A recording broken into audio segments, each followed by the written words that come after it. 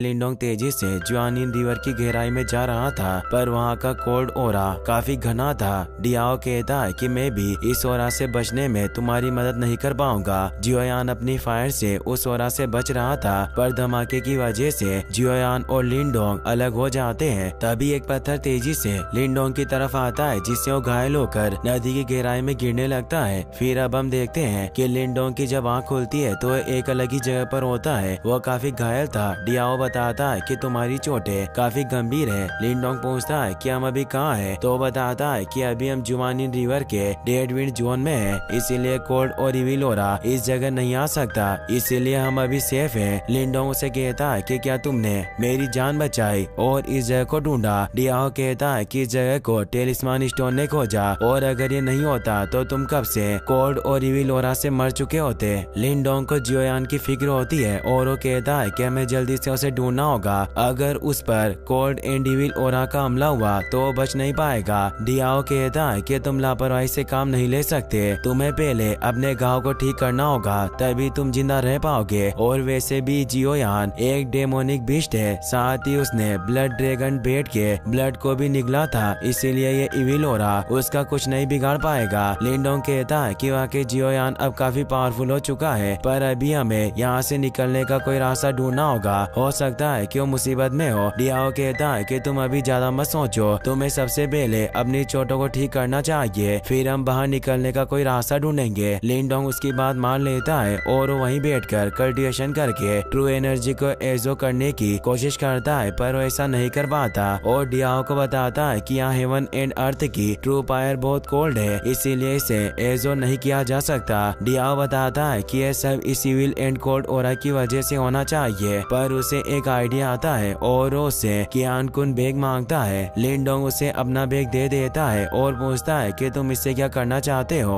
Diao बताता है कि मैं तुम्हारी 2 लाख प्योर एसेंस पिल का इस्तेमाल करूंगा। लिंडोंग परेशान हुआ पूछता है कि तुम्हें इतनी सारी पिल की जरूरत क्यों है। डियाओ कुछ नहीं कहता और उन पिल की मदद से सोल रिफाइनमेंट फॉर्मेशन को एक्टिवेट कर लेता है, जिससे उनके चारों तरफ एक शील्ड बन गई थी। डियाओ लिंडोंग से कहता है कि अब तुम फिर से ट्रू एनर्जी को एजो करने की कोशिश करो। लिंडोंग ऐसा करने लगता है और अब वो ट्रू एनर्जी को एजो कर पा रहा था, जिससे वो हैरान हो जाता है। डियाओ बताता है कि मेरा फॉर्मेशन इविल ओरा को भी प्योरीफाई कर सकता है, जिससे तुम हेवन एंड अर्थ की ट्रू पावर को आसानी से एब्जॉर्ब कर पाओगे। लिंडोंग कहता है कि इस फॉर्मेशन की कीमत बहुत ज्यादा है, ये एक बार में ही 2 लाख पिल को बर्न करती है। डियाओ कहता है कि यहाँ तुम्हारी जिंदगी और मौत का सवाल है, फिर भी तुम इतने कंजूस बन रहे हो। मेरा सुझाव है कि तुम्हें ट्रू पावर को एजो करके जल्दी से ठीक हो जाना चाहिए, क्योंकि 2 लाख पिल इस फॉर्मेशन को केवल 10 घंटे के लिए बनाए रख सकती है। लिंडोंग चौंक जाता है और कहता है कि मैं इन प्योर एसेंस पिल को वेस्ट नहीं कर सकता,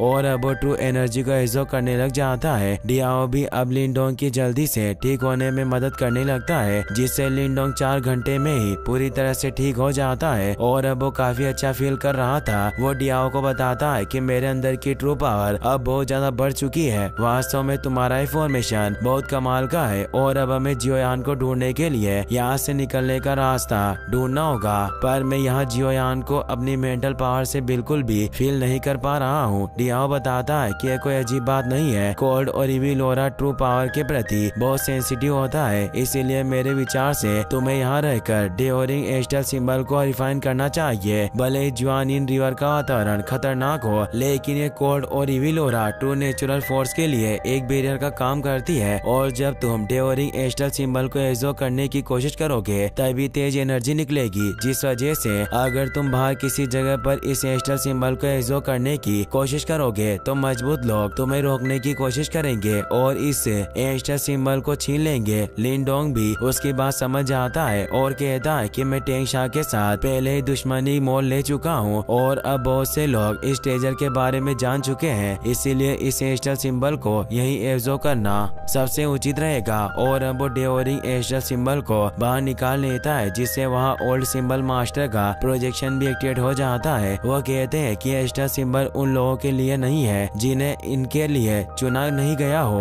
तो लिंडोंग मेंटल पावर को उनकी तरफ भेजता है, जिससे उन्हें पता चल जाता है कि लिंडोंग को एस्टल सिंबल हासिल करने की अनुमति मिल चुकी है। इसीलिए लिंडोंग को कहते हैं कि तुम इस एस्टल सिंबल के अगले मालिक बन सकते हो, पर इसके लिए तुम्हें एशियन सिंबल की पहचान को प्राप्त करना होगा। लिंडोंग कहता है कि एशियन सिंबल की पहचान क्या है? तो मास्टर बताते हैं कि एशियन सिंबल अपना उत्तराधिकारी खुद चुनते हैं और मैंने तुम्हें सिर्फ इस सिंबल को लेने के योग्य बनाया है, इसीलिए क्या तुम इस टेस्ट के लिए तैयार हो? डियाओ कहता है कि एशियन सिंबल कोई मामूली ट्रेजर नहीं है, मैंने पहले भी कई कहानियां सुनी है। और वो बताता है कि एक आदमी फायर के एशियन सिंबल को हासिल करना चाहता था, पर वो टेस्ट में नाकामयाब रहा और हेवनली फायर से मारा गया। और अभी तुम जिस एशियन सिंबल को हासिल करना चाहते हो वो डेओरिंग एशियन सिंबल है, जो सबसे ज्यादा मिस्टीरियस है और मैंने भी इसे पहली बार देखा है। अगर तुम्हें कोई खतरा हुआ तो मैं तुम्हारी कोई मदद नहीं कर पाऊंगा, इसीलिए तुम्हें खुद को मानसिक रूप से तैयार करना होगा। लिंडोंग कहता है कि तुम चिंता मत करो, मैं केयरफुल रहूंगा। और वो मास्टर से कहता है कि मैं तैयार हूँ। तो उस एस्टर सिंबल को एक्टिवेट कर लेते हैं, जो डेओरिंग एस्टर सिंबल होने की वजह से एक ब्लैक होल की तरह नजर आ रहा था, जिससे लिंडोंग हैरान होता है। लिंडोंग की स्पिरिचुअल पावर अब उस एस्टर सिंबल में चली जाती है और उसकी फिजिकल बॉडी वहीं बाहर थी। डियाओ कहता है कि लिंडोंग तुम्हें जिंदा वापस लौटना होगा। वहीं लिंडोंग खुद को एस्टर सिंबल के स्पेस में पाता है, पर उसे समझ नहीं आता कि मैं डेओरिंग एस्टर सिंबल का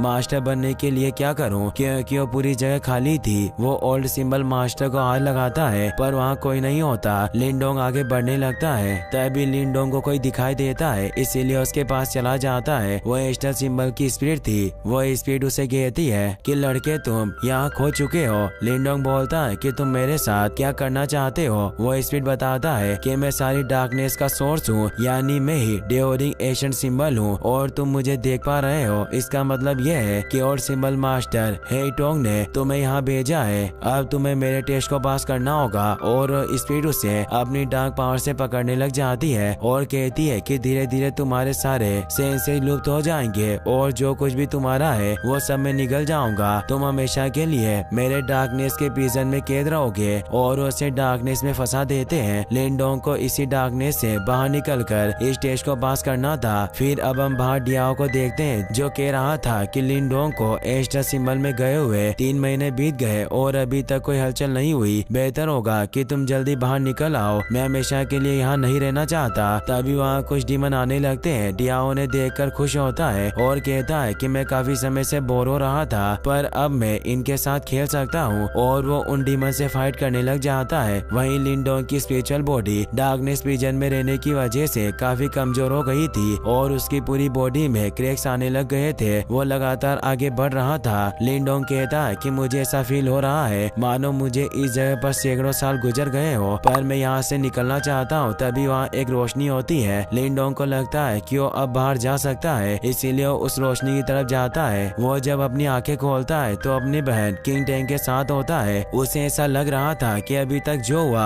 वो सब एक सपना था और वो कब से ही अपने गाँव में है। इससे वो हैरान था। किंग टेन कहती है कि तुम घर पर हो और हमेशा सोने के बाद तुम्हें अजीब से भ्रम आते हैं। लिंडोंग को विश्वास नहीं होता कि ये सब एक सपना था। तभी उसके दादा और पिता भी वहाँ आने लगते हैं और उसे कहते हैं कि हम तुम्हारे लिए अच्छी चीजें लेकर आए हैं। उन्हें देखकर लिंडोंग खुश हो जाता है। किंग टेन उनके पास चली जाती है। तभी लिंडोंग को किंगजू भी नजर आती है। उसे देखकर भी वो खुश होता है। किंगजू कहती है कि तुम अभी भी कमजोर हो, तुम एक मामूली इंसान हो, इसीलिए मैं तुम्हारे साथ नहीं रह सकती। और वो वहाँ से चली जाती है। लिंडोंग उसे कहता है कि मैं जल्दी एक स्ट्रॉन्ग इंसान बन जाऊंगा और मैं अपनी पूरी कोशिश करूंगा। तभी उसे लेंगटियन भी दिखाई देता है, जो कहता है कि तुम एक बुरे इंसान हो, तुम बस छिप सकते हो। लिंडोंग कहता है कि एक दिन मैं तुम्हें मार डालूंगा। तभी किंग टेन उसे अपने पास बुलाने लगती है और कहती है कि ये सब बुरे सपने हैं। लिंडोंग सोचता है कि ये सब असली नहीं हो सकता और वो समझ जाता है कि डेओरिंग एस्टर सिंबल उसे यहाँ फंसाना चाहता है, इसीलिए उनकी तरफ नहीं जाता और दूसरी तरफ वापस आगे बढ़ने लगता है, जिससे वो इस टेस्ट को पास कर लेता है और उस केस से बाहर निकल आता है। उसे वापस से डेओरिंग एस्टर सिंबल की स्पीड नजर आती है, जो कहती है कि तुम वाकई एक्स्ट्रा ऑर्डिनरी हो, तुमने टेस्ट पास कर लिया और आज से तुम एस्टर सिंबल के नए उत्तराधिकारी होगे और मेरी स्पीड भी तुमसे जुड़ जाएगी। और लिंडोंग के साथ जुड़ जाता है और बताता है कि जब भी दुनिया पर मुसीबत आएगी तुम्हें मदद करनी होगी। और अब लिंडोंग अपनी मेंटल पावर से उस पूरी जगह को एजो करने लग जाता है। फिर अब हम देखते हैं कि डियाओ अभी भी लिंडोंग को प्रोटेक्ट कर रहा था और उसने कई सारे डीमन को मार दिया। वो काफी बोर हो रहा था। वो कहता है कि लिंडोंग को गए हुए आधा साल गुजर चुका है, पर अभी तक वो वापस नहीं आया। आया, अगर ये वापस नहीं आया तो मैं भी हमेशा के लिए यहीं फंस जाऊंगा। तभी एक डीमन स्पाइडर लिंडोंग को खाने के लिए आ जाता है। डियाओ उस पर हमला कर देता है और कहता है कि क्या तुम नहीं जानते, अब ये मेरा इलाका है। डियाओ सोचता है कि 8 आंखों वाला स्पाइडर है, इससे निपटना मेरे लिए मुश्किल होगा। वो स्पाइडर अब डियाओ पर हमला करने लगता है। डियाओ भी उससे फाइट करने लग जाता है। वो जानता था कि उस स्पाइडर को हरा नहीं पाएगा, इसीलिए उसे चालाकी से लिंडोंग से दूर लेकर जाने लगता है। पर वो स्पाइडर भी काफी चालाक था। वो डियाओ के पीछे न जाकर लिंडोंग की तरफ बढ़ने लगता है। डियाओ इससे हैरान हुआ कहता है कि स्पाइडर काफी ज्यादा इंटेलिजेंट है। डियाओ से रोकने जाता है पर वो स्पाइडर चालाकी से डियाओ पर हमला करता है और उसे कैद कर लेता है। अब वो स्पाइडर उसे मारने लगता है, पर तभी उस एशियन सिंबल में से एनर्जी निकलती है और उस स्पाइडर को ही निकल जाती है। ये सब लिंडोंग ने किया था। डियाओ उसके पास आकर कहता है कि आखिरकार तुम वापस आ गए। तुम्हें अंदाजा भी नहीं होगा कि इन 6 महीनों में मुझे कितने कष्ट सहने पड़े। लिंडोंग हैरान हुआ कहता है कि इस डेवरिंग सिंबल में गए हुए मुझे सिर्फ आधा साल हुआ, पर वहाँ अंदर मुझे ऐसा लग रहा था मानो सैकड़ों साल उसके अंदर गुजर गए हों। और मुझे एक वक्त ऐसा भी लगा था कि मैं कभी वहाँ से बाहर नहीं निकल पाऊंगा। डियाओ कहता है कि तुमने वहाँ अंदर टेस्ट में बहुत सी कठिनाइयों का अनुभव किया है, पर अब तुमने उस एशियन सिंबल को एब्जॉर्ब कर लिया और ये सब इसके लिए वर्थ इट था। तुम्हारी स्पिरिचुअल बॉडी अब काफी पावरफुल हो चुकी है और अब तुम कम से कम एक हाई लेवल के स्पिरिचुअल मास्टर बन गए हो। लिंडोंग कहता है कि मेरी असली बॉडी कहाँ है। डियाओ कहता है कि तुम चिंता मत करो, मैं काफी समय से उसका ख्याल रख रहा हूँ, और वो उसकी रियल बॉडी दिखाता है। लिंडोंग कहता है कि तुमने मेरे लिए काफी मेहनत की और उसे थैंक्स कहता है। डियाओ कहता है कि तुम मेरी चापलूसी मत करो और जल्दी से अपनी रियल बॉडी में लौट जाओ, फिर हमें यहाँ से निकलना होगा। तो अपनी रियल बॉडी में वापस चला जाता है। डियाओ पूछता है कि अब तुम कैसा फील कर रहे हो। लिंडोंग कहता है कि मुझे ऐसा लग रहा है कि इन 6 महीनों में मेरी असली ताकत बिल्कुल भी नहीं बढ़ी। डियाओ बताता है कि आधे साल से तुम्हारी बॉडी सस्पेंडेड एनिमेशन में थी, इसीलिए तुम्हारी युआन पावर बिल्कुल भी नहीं बढ़ी। लिंडोंग कहता है कि अब हमें इस जुआन नदी को पार करके बाहर निकलना होगा। मुझे नहीं पता कि अभी जियोयान क्या कर रहा होगा, हमें उसे ढूंढना होगा। लिंडोंग अब तेजी से बाहर निकलने लग जाता है। वही हम टेंगशा को देखते हैं जो अभी भी लिंडोंग की तलाश में था और उस जुआन रिवर पर उसके लोग पहरा देते थे, पर जियोयान लगातार उनके लोगों को मार रहा था, इसीलिए काओ जिन कब से उन्हें पकड़ने की कोशिश कर रहा था। वो टेंगशा को बताता है कि आज हमने उस टाइगर को पकड़ने की पूरी तैयारी कर ली है। टेंगशा पूछता है कि क्या तुम्हें पूरा यकीन है कि वो टाइगर यही है। काओ जिन बताता है कि मैंने 1 महीने से उस टाइगर का पीछा किया है, इसीलिए मैं उसके बारे में बहुत कुछ जान गया हूँ और मैंने अपने लोगों के साथ मिलकर पहले ही इसे पकड़ने का ट्रैप तैयार कर लिया है, इसीलिए आज वो जरूर पकड़ा जाएगा। टेंगशा कहता है कि इन 6 महीनों में उस टाइगर ने हमारे बहुत से लोगों को मारा, वो जरूर लिंडोंग की मौत का बदला लेना चाहता है। उन सभी को लग रहा था कि लिंडोंग मर चुका है। तभी जियोयान उस नदी के बाहर हिडन पपेट स्टेट के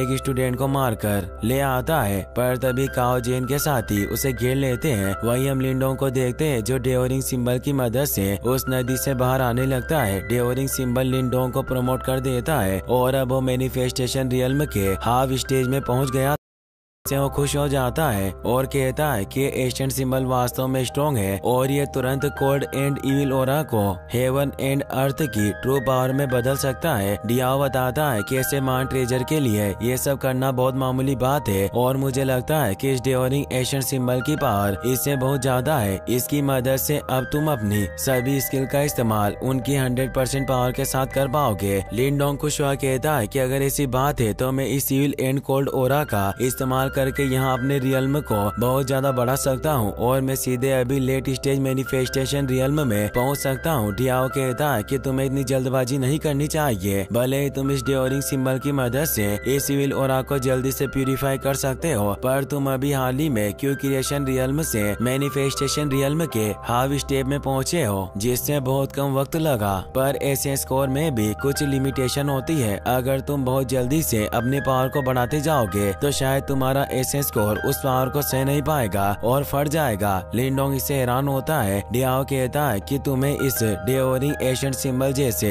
ग्रेट ट्रेजर का बहुत ही सावधानी से इस्तेमाल करना होगा। अगर तुम अपनी लिमिट को निर्धारित नहीं करोगे तो तुम खुद को ही खतरे में डाल लोगे और तुम मेरा भी एग्जाम्पल ले सकते हो, मैंने भी यही गलती की थी। लिंडोंग उसकी बात समझ जाता है और अब वो जल्दी से उस नदी के बाहर निकलने लग जाता है। अब हम जुआनिन रिवर के पास पहरा दे रहे हिडन पपेट स्टेट के दो स्टूडेंट को देखते हैं जो बातें कर रहे थे कि हम काफी महीनों से यहाँ पहरा दे रहे हैं, पर जल्दी हमारे सेक्ट लीडर उस लिंडोंग के बीस्ट जियोयान को एक डीमन पपेट में रिफाइन कर देंगे और फिर हमें यहाँ पहरा देने की कोई जरूरत नहीं होगी, क्योंकि वो बीस्ट खुद ही लिंडोंग की लाश को निकाल कर नदी से बाहर ले आएगा और इस तरह हमारे सेक्ट मास्टर को फिर से अपना खोया हुआ ट्रेजर मिल जाएगा। तभी लिंडोंग नदी से निकलकर उनके सामने आ जाता है। वो एक सैनिक को पकड़ लेता है और उससे पूछता है कि तुमने जियोयान के साथ क्या किया। वो बताता है कि उसे हमारे सेक्ट लीडर ने पकड़ लिया और वो उसे अपने साथ हिडन पपेट सेट के हेडक्वार्टर में लेकर गए हैं। लिंडोंग को टेंग शाह पर काफी गुस्सा आता है और वो उसे मार देता है। वही हम टेंग शाह को देखते हैं जिसने अपने महल में दावांग काउंटी के सभी कबीले के लोगों को इकट्ठा किया था। टेंग शाह सभी से कहता है कि तुम सभी यहाँ आए, इसीलिए मैं तुम सभी को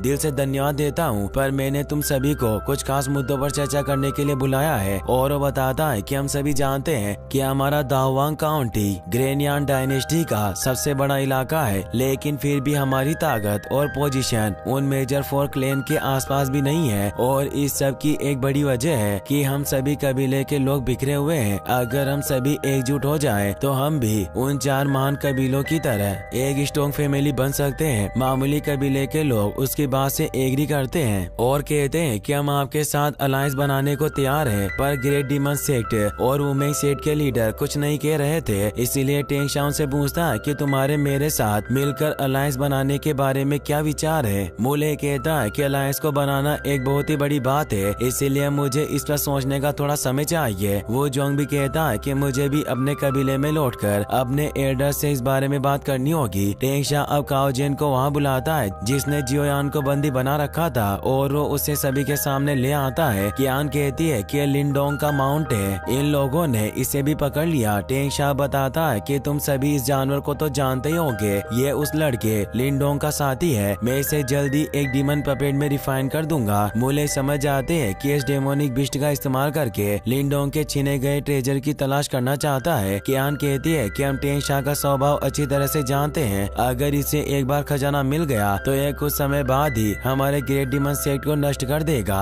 टेंग शाह कहता है कि मुझे वो ट्रेजर मिलने के बाद दावांग काउंटी की ताकत काफी बढ़ जाएगी और अब वो जियोयान को अपनी पावर से एक मोस्टर पपेट में रिफाइन करने लग जाता है। पर लिंडोंग वहाँ जाता है जो जियोयान के चारों तरफ एक शील्ड बनाकर उसे बचा लेता है। टेंग शाह इससे हैरान होता है कि यहाँ कौन उसकी मदद कर रहा है। तभी उसकी नजर लिंडोंग पर जाती है जो काफी गुस्से में था। मूले कहते हैं कि मैंने बिल्कुल भी उम्मीद नहीं की थी कि यह लड़का अभी भी जिंदा होगा। टेंग शाह कहता है कि मैंने भी एक्सपेक्ट नहीं किया था कि तुम जुआनिन रिवर से जिंदा बचकर बाहर निकल आओगे, पर मेरे लिए भी ये अच्छा है। अब मुझे इस बिस्ट की कोई जरूरत नहीं पड़ेगी, मैं तुम्हें ढूंढने के लिए इसका इस्तेमाल करना चाहता था। लिंडोंग कहता है कि तुमने जियोयान को पकड़कर बहुत बड़ी गलती की है, मैं तुमसे इसका बदला लेकर रहूंगा। काओ जेन कहता है कि तुम बहुत ज्यादा घमंडी हो, आखिरी बार तुम बचकर भागने में कामयाब हुए थे, पर इस बार मैं तुम्हें भागने नहीं दूंगा। और वो अपने ब्लड थर्स्टी डीमन आर्म को एक्टिवेट कर लेता है और उस पर हमला करने जाता है, पर लिंडोंग अपनी मेंटल पावर से एक बैरियर बनाकर उसके हमले को आसानी से रोक लेता है। काओ जेन हैरान हुआ कहता है कि तुम मेरे हमले को कैसे रोक सकते हो। लिंडोंग उसे दूर कर देता है और अब वो अपनी मेंटल पावर से उसे एक गोले में कैद कर लेता है। काओ जेन उस गोले से बाहर नहीं आ पा रहा था। वो लिंडोंग से कहता है कि तुम एक नीच किस्म के इंसान हो, अगर तुम्हें वाकई लड़ने की हिम्मत है तो मुझे बाहर निकालो। लिंडोंग उसकी बातें नहीं सुनता और उसे आसमान में ले जाता है। काओ जेन डर जाता है और उससे पूछता है कि तुम मेरे साथ क्या करना चाहते हो। वहाँ मौजूद कबीले के लोग लिंडोंग की इस ट्रिक को देखकर हैरान थे। वो कहते हैं किसने कौन सी चाल का इस्तेमाल किया होगा, क्या किसी व्यक्ति की स्पिरिचुअल पावर इतनी ज्यादा बढ़ सकती है। काओ जेन उस गोले से बाहर नहीं निकल पाता। वो सेक्ट लीडर को मदद के लिए आवाज लगाता है, पर लिंडोंग उसे खत्म कर देता है। सभी इससे हैरान रह जाते हैं। कियान कहती है कि वाकई लिंडोंग एक साल में काफी ज्यादा स्ट्रॉन्ग हो चुका है। टेंग शाह को लिंडोंग पर काफी गुस्सा आता है। लिंडोंग को कहता है कि तुम्हारी हिम्मत कैसे हुई मेरे सेठ के एक एल्डर को मारने की, आज तुम यहाँ से भाग नहीं पाओगे। और दावांग काउंटी के सभी सेठ के लोगों को उस पर हमला करने के ऑर्डर देता है। लिंडोंग सभी को बताता है कि आज की प्रॉब्लम मेरे और हिडन पपेट सेठ के बीच की है और इसका बाकी सभी कबीले वालों से कुछ लेना देना नहीं है। अगर कोई हिडन पपेट सेठ का साथ देकर मुझसे लड़ना चाहता है तो वो भी काओ जेन की तरह ही मारा जाएगा। कबीले के लोग बातें करते हैं कि इस लड़के लिंडोंग की पावर काफी भयानक है, इसने काओ जेन को भी मार डाला जो काफी पावरफुल था और उसकी पावर मैनिफेस्टेशन रियल्म में थी, पर इस लड़के ने एक बार में ही उसे मार दिया और सभी लिंडोंग से डरने लगते हैं। मूले कहते हैं कि हमारा हिडन पपेट सेक्ट की इस प्रॉब्लम से कोई लेना देना नहीं है, इसीलिए हमारा ग्रेट डीमन सेक्ट इनका साथ नहीं देगा और सभी वहाँ से जाने लगते हैं। वो जोंग भी कहता है कि मेरा वुमेंग सेक्ट भी इसमें इंटरफेयर नहीं करेगा और वो भी वहाँ से चले जाते हैं। बाकी कबीले के लोग भी पीछे हट गए थे और कोई भी हिडन पपेट सेक्ट का साथ देने को तैयार नहीं होता। काओ जेन कहता है कि तुम सभी लोग बेकार हो, मैं खुद ही इस लड़के को मार डालूंगा और वो क्रिएशन ग्रीन माउंटेन टेक्निक को एक्टिवेट करता है, जिससे लिंडोंग पर एक माउंटेन आकर गिरने लगता है। लिंडोंग अपने हेवनली स्पीयर को बाहर निकाल लेता है और आसानी से उस माउंटेन को नष्ट कर देता है। टेंगशा ये देखकर हैरान रह जाता है और अब लिंडोंग अपने हेवनली स्पीयर की सभी टेक्निक को एक साथ एक्टिवेट करता है और टेंगशा पर हमला करने लगता है। काओ जेन उससे बचने के लिए क्रिएशन माउंटेन वॉल को एक्टिवेट कर लेता है। उन दोनों की टेक्निक आपस में टकराकर खत्म हो जाती है। टेंगशा अब अपना स्पीयर निकालकर लिंडोंग से फाइट करने लग जाता है। लिंडोंग भी उसे कड़ी टक्कर दे रहा था, पर काओ जेन लिंडोंग पर पीछे से हमला करके उसे दूर फेंक देता है और अपने स्पीयर से लगातार उस पर कई सारे वार करने लगता है। लिंडोंग उसके हमलों से बच रहा था, पर टेंगशा उसे खत्म करने के लिए उस पर एक पावरफुल हमला करता है, पर लिंडोंग आगे से हटकर बच जाता है। टेंगशा को लगता है कि वो खत्म हो गया, पर उसे लिंडोंग दिखाई नहीं देता। लिंडोंग उसके पीछे था और अब वो तेजी से हमला करने आता है और 9 ग्रीन शेडो डिसोलेशन टेक्निक को एक्टिवेट कर लेता है, जिससे उसके 9 क्लोन बन जाते हैं और वो एक साथ टेंगशा पर हमला करने लगते हैं। टेंगशा उन्हें रोकने की कोशिश करता है, पर एक साथ कई हमलों से टेंगशा घायल होने लगता है और लिंडोंग टेंगशा को दूर फेंक देता है। कियान ये देखकर कहती है कि लिंडोंग ने टेंगशा को इतनी बुरी तरह घायल कर दिया। मूले कहते हैं कि टेंगशा लिंडोंग से काफी ज्यादा स्ट्रॉन्ग है। वो जोंग कहता है कि ये लड़का लिंडोंग केवल मैनिफेस्टेशन रियल्म के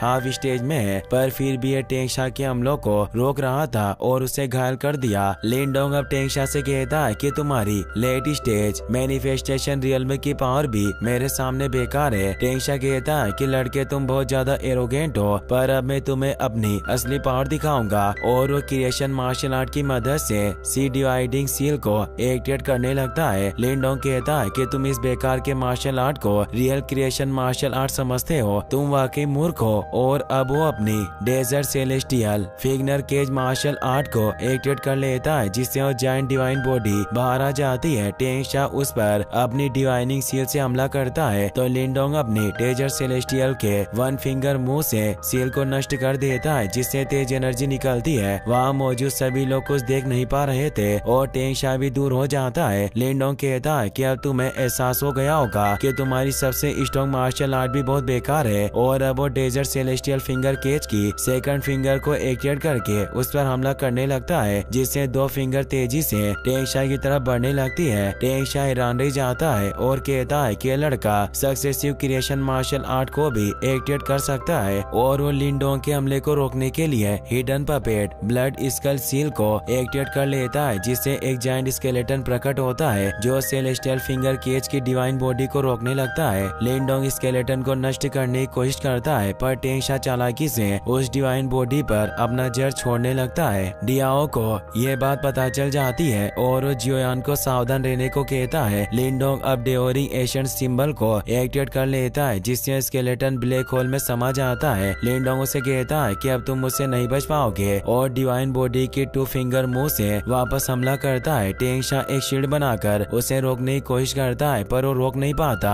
और वो शील्ड क्रैक हो जाती है, जिससे एक तेज धमाका होता है और टेंगशा बहुत बुरी तरह से घायल हो जाता है। यह देखकर हिडन पपेट सेट के एडो से संभालते हैं। मूले मुस्कुराते हुए कहते हैं कि ऐसा प्रतीत होता है कि टेंगशा इस बार बुरी तरह से हार चुका है। कियान कहती है कि लिंडोंग अब काफी स्ट्रॉन्ग हो गया है, मुझे तो अब लगता है कि हमारी इस दावांग काउंटी में शायद ही इसके जितना कोई पावरफुल होगा। लिंडोंग अब नीचे आ जाता है और टेंगशा की तरफ बढ़ने लगता है, तो हिडन पपेट सेट के एल्डर अपने सभी डिसिबल को उसे प्रोटेक्ट करने को कहते हैं। वो सभी आगे आ जाते हैं। टेंगशा कहता है कि हमें लिंडोंग को मारना होगा और वो सभी को सेक्ट प्रोटेक्टिव फॉर्मेशन को एक्टिवेट करने को कहता है। वो सभी डिसिबल और एल्डर मिलकर अपने सेट की सबसे स्ट्रॉन्ग फॉर्मेशन को एक्टिवेट करने लग जाते हैं। टेंगशा कहता है कि लिंडोंग तुम चाहे कितने भी पावरफुल क्यों ना हो जाओ, पर तुम मेरे सेक्ट प्रोटेक्टिव फॉर्मेशन से लड़ नहीं पाओगे, इसीलिए इसलिए वो ट्रेजर मुझे सौंप दो, मैं तुम्हें और तुम्हारे बिस्ट को जिंदा यहाँ से जाने दूंगा। लिंडोंग कहता है कि अब तुम मुझे धमकाने के योग्य नहीं हो। टेंगशा कहता है कि अगर तुम मरना ही चाहते हो तो मैं तुम्हारी इस इच्छा को जरूर पूरा करूंगा, और वो सेक्ट प्रोटेक्टिव फॉर्मेशन को एक्टिवेट करता है, जिससे एक जायंट सरपेंट उस फॉर्मेशन से बाहर आने लगता है। मूले कहते हैं कि मुझे लगता है कि हिडन पपेट सेक्ट का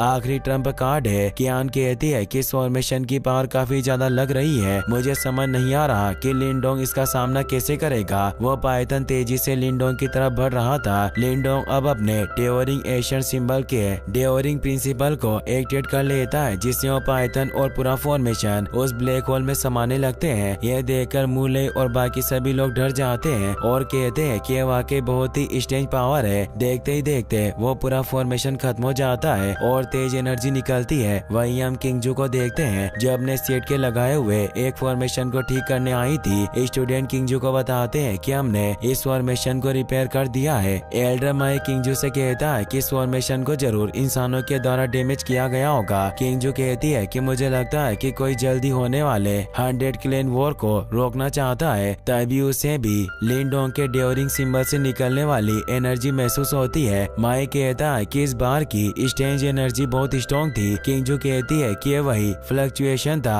जो पहले हमने महसूस किया था, इस बार ये एनर्जी काफी स्ट्रॉन्ग थी। माई कहता है कि क्या हमें वहाँ जाकर चेक करना चाहिए कि वहाँ क्या हो रहा है। मुझे लगता है कि वहाँ कोई स्ट्रेंज ट्रेजर होगा। किंगजू कहती है कि अभी हमें मास्टर ने एशियन बैटलफील्ड में फॉर्मेशन की चेकिंग करने का काम दिया है। अगर ये ट्रेजर वाकई हमारे सेट के लिए जरूरी हुआ तो टीचर हमें इसके बारे में जरूर इंस्ट्रक्शन देंगे। माई उसकी बात मान लेता है। किंगजू कहती है कि अब हमें अगले फॉर्मेशन की तरफ बढ़ना चाहिए, पर माई उस ट्रेजर को हासिल करना चाहता था, इसीलिए किंगजू से कहता है कि हमें इस फॉर्मेशन को प्रोटेक्ट करने के लिए एक आदमी को यहीं छोड़ना चाहिए। शायद हो सकता है कि यहाँ वो लोग वापस आ जाए जिन्होंने इस फॉर्मेशन को तोड़ने की कोशिश की थी। किंगजू कहती है कि तुम्हारी बात तो सही है, हम अपने एक स्टूडेंट को यहीं छोड़ देंगे जो यहाँ पहरा देगा। माई कहता है कि मैं खुद यहाँ रुकना चाहता हूँ। किंगजू इससे हैरान होती है और कहती है कि इतनी छोटी चीजों के लिए तुम्हें यहाँ रुकने की कोई जरूरत नहीं है, इस मामले को हमारे स्टूडेंट ही संभाल सकते हैं। माई कहता है कि अगर जिसने भी इस फॉर्मेशन को नष्ट करने की कोशिश की वो 100 क्लेन वॉर को रोकना चाहता है, इसीलिए हम उसकी पावर को कम करके नहीं आंक सकते।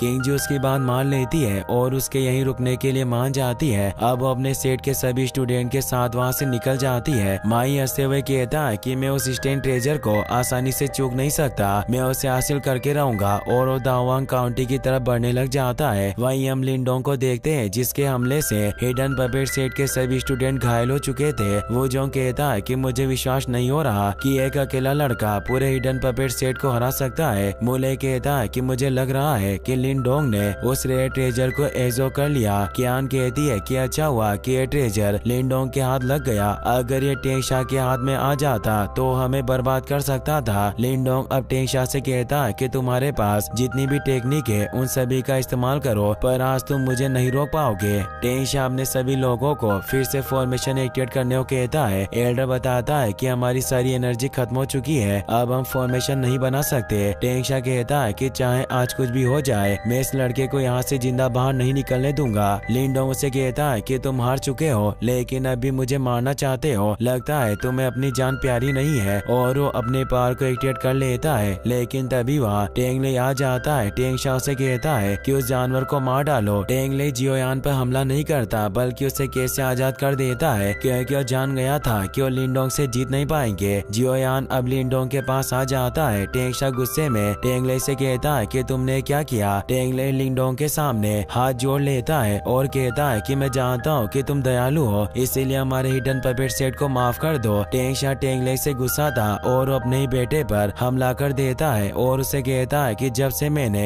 ये हिडन पपेट सेट बनाया है तब से मैंने किसी से हाथ जोड़कर भीख नहीं मांगी, तुम मेरे सेट को शर्मिंदा कर रहे हो। टेंगशा अब लिंडोंग पर हमला करने जाता है, पर लिंडोंग वापस से डेवरिंग सिंबल की पावर को एक्टिवेट कर लेता है, जिससे वो टेंगशा को खत्म कर देता है और उसे निकल जाता है, जिससे उसे टेंगशा की यादें दिखाई देती है। उसे पता चलता है कि टेंगशा पूरी ग्रेट यान डायनेस्टी पर राज करना चाहता था और उसने एक सीक्रेट जगह पर किसी खतरनाक चीज को छिपाया हुआ है। डियाओ लिंडोंग से कहता है कि तुम्हें अचानक क्या हुआ था। लिंडोंग कहता है कि मैं टेंगशा की यादों को देख पा रहा था, मुझे लगता है कि डेवरिंग सील अपने मरे हुए लोगों की यादों को मुझे दिखा सकती है। सभी सेट के लोग हैरान होते हैं कि लिनडोंग ने अकेले ही टेंगशा को मार डाला। टेंगले अपने डेट की मौत से दुखी होता है। लोग बातें करते हैं कि लिनडोंग ने अपनी पावर से सभी को एहसास दिलाया कि एक अकेला आदमी भी पूरे सेट को डिस्ट्रॉय कर सकता है। फिर अब हम अगले दिन का सीन देखते हैं। लिनडोंग को ग्रेट डीमन सेट के लोग अपने महल से बाहर छोड़ने आए थे क्योंकि लिनडोंग अब वहाँ से जा रहा था। लिनडोंग उन्हें थेस कहता है कि मैं आपका बहुत बड़ा आभारी हूँ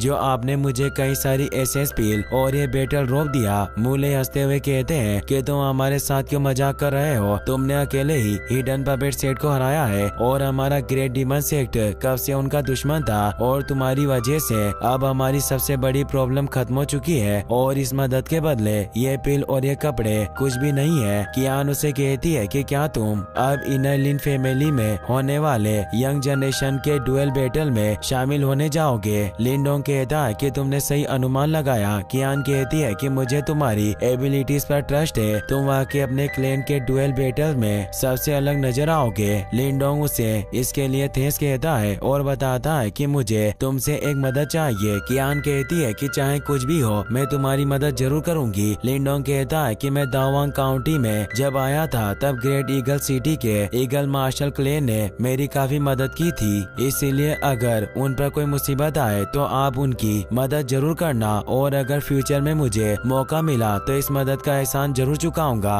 कियान कहती है कि तुम मुझे शर्मिंदा मत करो, हम दोनों दोस्त हैं। लिनडोंग उन्हें थैंक्स कहकर वहाँ से निकल जाता है। मूले कियान के पास आते हैं और बताते हैं कि मैं जानता हूँ कि तुम इस लड़के को पसंद करती हो, पर तुमने इसे यहाँ रुकने को क्यों नहीं कहा। कियान कहती है कि मैं पहले ही उससे इसके बारे में पूछ चुकी हूँ पर उसने मना कर दिया था। लिन रेजिडेंस का सीन देखते हैं जहाँ लिन होंग अपनी कजन सिस्टर लिन जिया से फाइट कर रहा होता है क्योंकि 3 महीने बाद होने वाले इनर लिन फैमिली कंपटीशन की तैयारी कर रहे थे। लिनडोंग के डैड लिन जियो उनकी ट्रेनिंग करवा रहे थे, तभी वहाँ उनके डैड जेन तियान भी आ जाते हैं। वो पूछते हैं कि बच्चों की तैयारी कैसी चल रही है। लिन जियो बताते हैं कि हमारी यंग जनरेशन में लिन जिया और लिनोंग पहले ही युआन डेन रियल में पहुँच चुके हैं। तो लिन जेन तियान कहते हैं कि मुझे उम्मीद है कि इस बार इनर कंपटीशन में ये सब अच्छे परफॉर्म करेंगे। लिन जिया लिनोंग को हरा देती है। लिन जियो कहते हैं कि लिन जिया इस मैच में जीत चुकी है और लिनोंग से कहते हैं कि तुम्हें और ज्यादा मेहनत करने की जरूरत है और अब वो उन सभी को आराम करने के लिए भेज देते हैं। लिन जेन तियान अपने बेटे से पूछते हैं कि क्या तुम्हें लिनडोंग के बारे में कोई खबर मिली है। लिन जियो बताते हैं कि यहाँ आए कुछ मर्चेंट से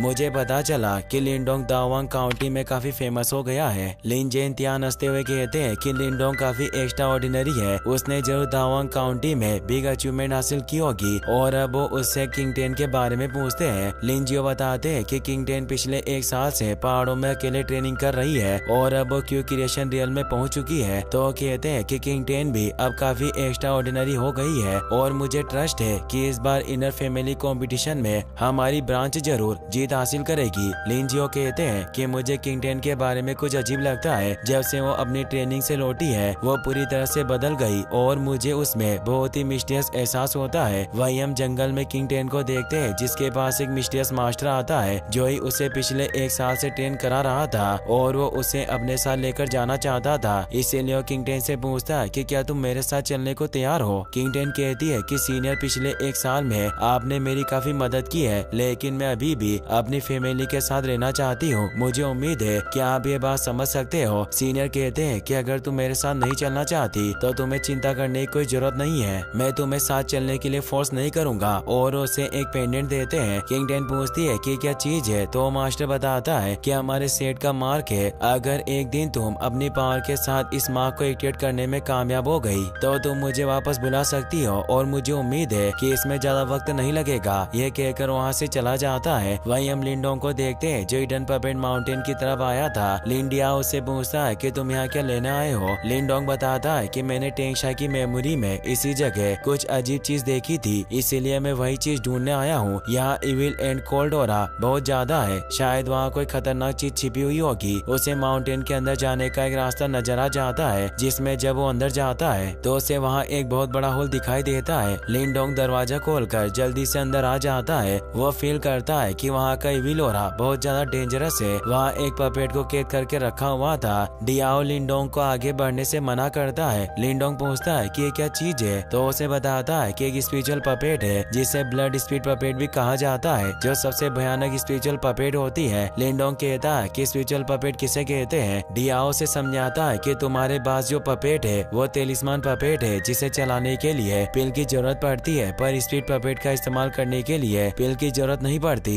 इसे सिर्फ अपनी मेंटल पावर से चलाया जा सकता है। साथ ही तेलिस्मान पपेट से बहुत ज्यादा स्ट्रॉन्ग होती है और इस ब्लड स्पिरिट पपेट की ताकत निर्वाणा रियल्म के पेटिशनर के जितनी होगी। लिंडोंग कहता है कि टेंगशा ने इतनी खतरनाक चीज को छिपा कर रखा हुआ था। अगर मेरे साथ फाइट के वक्त उसने इस पपेट का इस्तेमाल किया होता तो मेरे लिए उसे हराना बहुत मुश्किल हो सकता था। डियाओ कहता है कि टेंगशा कभी भी अपनी पावर के साथ इस ब्लड स्पिरिट पपेट पर काबू नहीं पा सकता था। लिंडोंग हैरान हुआ कहता है कि ऐसा क्यों है। डियाओ बताता है कि blood spirit puppet evil aura की वजह से बहुत स्ट्रॉन्ग होती है और ये आसानी से अपने मास्टर पर पलटवार कर सकती है और एक बार आजाद होने पर ये लोगों को पागलों की तरह मारना शुरू कर देती है। लिंडोंग कहता है कि स्पिरिट पपेट बहुत ही डेंजरस है और अब मुझे समझ आया कि टेंगशा ने अभी तक इसका इस्तेमाल क्यों नहीं किया। डियाओ बताता है कि यहाँ लगे हुए फॉर्मेशन को देखकर ऐसा लगता है कि इसे सैकड़ों सालों पहले कई महान लोगों ने सील किया होगा। टेंगशा लकी था कि उसने ऐसी जगह पर अपना सेक्ट बनाया जहाँ ये ब्लड स्पिरिट पपेट थी और वो इस पपेट पर काबू पाने का कोई ना कोई तरीका ढूंढ रहा होगा।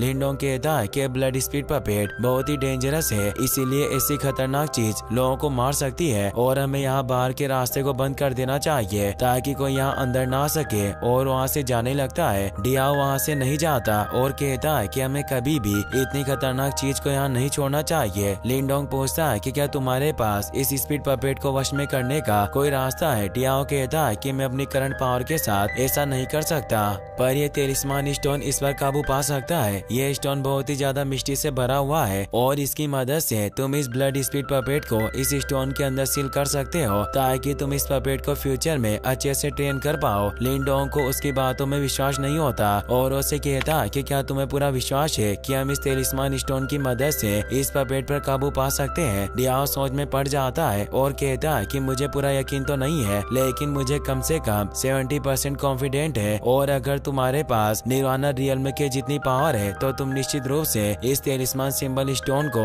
आसानी से एक्टिवेट कर पाओगे। लिंडोंग को उसकी बातों पर ट्रस्ट नहीं होता क्योंकि वो अभी मैनिफेस्टेशन रियल्म में था, इसीलिए वो कहता है कि हमें यहाँ से चलना चाहिए। डियाओ बोलता है कि अगर तुम्हारे पास ये ब्लड स्पिरिट पपेट होगी तो इस ग्रेट यान डायनेस्टी में ऐसे बहुत ही कम लोग होंगे जो तुम्हें धमकी देने का साहस करेंगे। साथ ही तुम इसका इस्तेमाल करके लिंग लेंटियन को भी आसानी से हरा पाओगे और मुझे लेंटियन के टैलेंट के साथ पूरा विश्वास है कि वो इन 6 महीनों में मैनिफेस्टेशन रियल्म के लेट स्टेज में पहुंच गया होगा। लिंडोंग लेंटियन को हराना चाहता था, इसीलिए वो मान जाता है और डियाओ से कहता है कि इस तेलिस्मान स्टोन की पावर को कैसे एक्टिवेट करना है। तो डियाओ से स्टोन की पावर को एक्टिवेट करना सिखाता है। कुछ देर बाद अब वो उस ब्लड स्पिरिट पपेट पर हमला करने के लिए तैयार थे। डियाओ लिंडोंग से पूछता है कि क्या तुम्हें वो सब याद है जो मैंने तुम्हें सिखाया था। लिंडोंग हमें जवाब देता है तो डियाओ बताता है कि एक बार जब मैं इस पपेट की सील को खोल लूंगा तो इस ब्लड स्पिरिट पपेट की पावर पूरी तरह से रिकवर नहीं होगी और ये कमजोर हालत में होगी, इसीलिए हमें उस अवसर का लाभ उठाना होगा। लिंडोंग उसकी बात समझ जाता है। डियाओ जियोयान से कहता है कि तुम्हें उस पपेट का ध्यान भटकाना होगा। डियाओ अब अपनी पावर से उस ब्लड स्पिरिट पपेट पर लगी हुई सील को खोल देता है, जिससे वो पपेट एक्टिवेट हो जाती है और वो लिंडोंग पर हमला करती है, पर लिंडोंग बच जाता है। डियाओ अपनी पावर से उस पपेट को कमजोर करने लग जाता है और लिंडोंग अब डियाओ के बताए अनुसार उस तेलिस्मान स्टोन को एक्टिवेट करता है, पर वहाँ इविल ओरा बहुत ही स्ट्रॉन्ग था जिससे वो तेलिस्मान स्टोन एक्टिवेट नहीं होता और वो ब्लड स्पिरिट पपेट बाहर आ जाता है। वो काफी गुस्से में थी, इससे वो सभी काफी डर जाते हैं। जियोयान उस पर हमला करता है पर वो पपेट उसे दूर फेंक देता है। लिंडोंग को उस पपेट पर काफी गुस्सा आता है। डियाओ भी अब उस पपेट पर हमला करने लगता है पर उस पपेट को कुछ नहीं होता और वो तेजी से लिंडोंग पर हमला करने के लिए आगे बढ़ता है। लिंडोंग सीड डिवाइडिंग सील की मदद से उसके हमले को रोक लेता है पर वो उसके वार से दूर हो गया था। वो पपेट तेजी से उनकी तरफ बढ़ने लगता है। उसे देखकर लिंडोंग कहता है कि पपेट बिल्कुल पागल इंसान की तरह है और अब वो अपने हाई लेवल पपेट को बाहर निकाल लेता है जो उस पपेट पर अटैक करती है। पर ब्लड स्पिरिट पपेट बहुत पावरफुल थी और वो अपने एक अटैक से ही उस हाई लेवल पपेट को डैमेज कर देती है। डियाओ अब अपनी पावर से उस ब्लड स्पिरिट पपेट को पकड़ लेता है। लिंडोंग इससे खुश होता है पर डियाओ से बताता है कि मैं इसे ज्यादा देर तक रोक नहीं पाऊंगा, तुम्हें अपने टेलिस्मान स्टोन को एक्टिवेट करना होगा वरना ये हम सभी को खत्म कर देगा, इसीलिए तुम इस टेलिस्मान स्टोन को को स्ट्रॉन्ग तरीके से एक्टिवेट करने की कोशिश करो। मैं और जियोयान इसे रोक कर रखेंगे। तभी वो पपेट डियाओ को दूर फेंक देता है। जियोयान अब उस पपेट पर हमला करने लग जाता है। डियाओ भी जियोयान की मदद करता है और वो दोनों मिलकर उस पपेट को रोकने लग जाते हैं, पर वो पपेट काफी पावरफुल थी। वो उन दोनों के अटैक को खत्म कर देता है। डियाओ जियोयान से कहता है कि चाहे कुछ भी हो जाए पर इस पपेट को लिनडोंग तक पहुंचने नहीं दे सकते, और वो दोनों वापस से उस पपेट से फाइट करने लग जाते हैं। लिनडोंग अब पूरी ट्रू एनर्जी को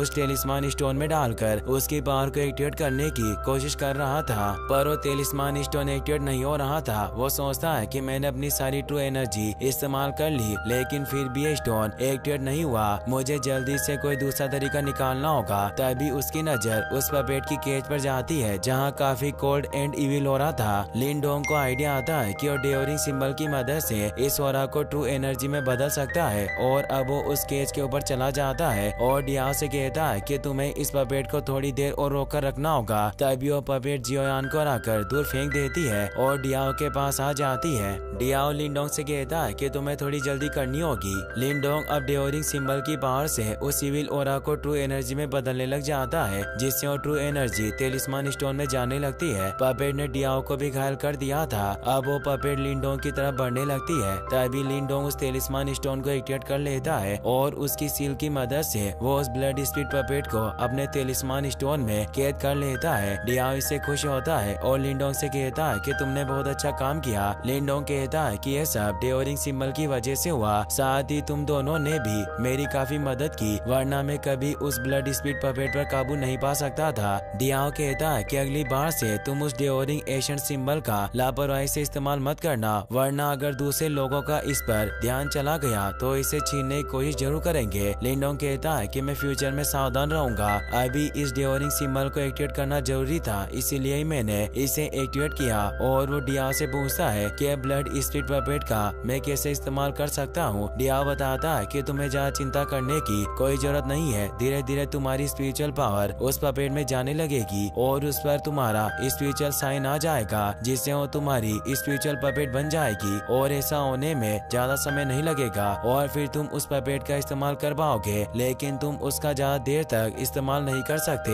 वरना ब्लड स्पीड पपेट फिर से अपना कंट्रोल खो देगी। लिनडोंग कहता है कि अगर ऐसा है तो मैं फ्यूचर में इसे इस्तेमाल करते वक्त सावधान रहूंगा। और डियाओ से कहता है कि नर्लिन फैमिली का कंपटीशन स्टार्ट होने में 3 महीने से भी कम वक्त रह गया है, इसीलिए अब हमें वापस लौटने की तैयारी करनी चाहिए। डियाओ कहता है कि इन 2 सालों में तुमने बहुत कुछ हासिल किया है, अभी भी हमारे पास 3 महीनों का वक्त है, इसीलिए मुझे लगता है कि तुम्हें अपनी लाइटनिंग बॉडी को बढ़ाने के लिए ग्रेट सन थंडर बॉडी के फाइनल स्टेज की प्रैक्टिस करनी चाहिए। लिनडोंग कहता है कि क्या उसकी फाइनल स्टेज की प्रैक्टिस करना ज्यादा डिफिकल्ट नहीं होगा। डियाओ कहता है कि मैं तुम्हें रास्ते में सब कुछ समझा दूंगा, और वहाँ से निकल जाते हैं। लिनडोंग एक पहाड़ पर आ गया था जहाँ डियाओ के बताए अनुसार ग्रेट सन थंडर बॉडी की प्रैक्टिस करना स्टार्ट कर देता है, ताकि वो ग्रेट सन थंडर बॉडी के फाइनल स्टेज को प्राप्त कर सके। उसकी बॉडी में से तेज एनर्जी निकल रही थी और वो अर्थ एंड हेवन की एनर्जी को एजो करके सन थंडर बॉडी को रिफाइन कर रहा था। फिर अब हमें इनर लिन फैमिली का सीन दिखाया जाता है, जहाँ लिन लेंटियन लिन फैमिली की हॉल की तरफ बढ़ रहा था, जहाँ एल्डर लिन मो